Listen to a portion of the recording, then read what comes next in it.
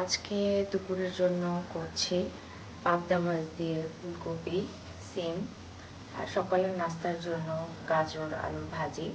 আর দুপুরে থাকছে করলা, আলু।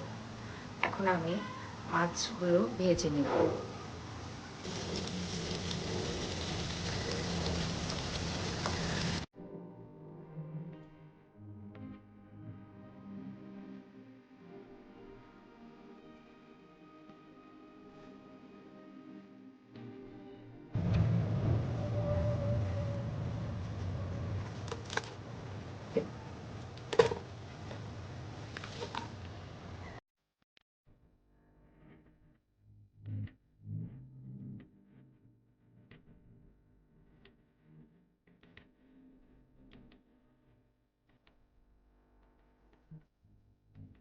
এই যে দেখতে দেখতে আমার রান্না প্রায় শেষ হয়ে গিয়েছে।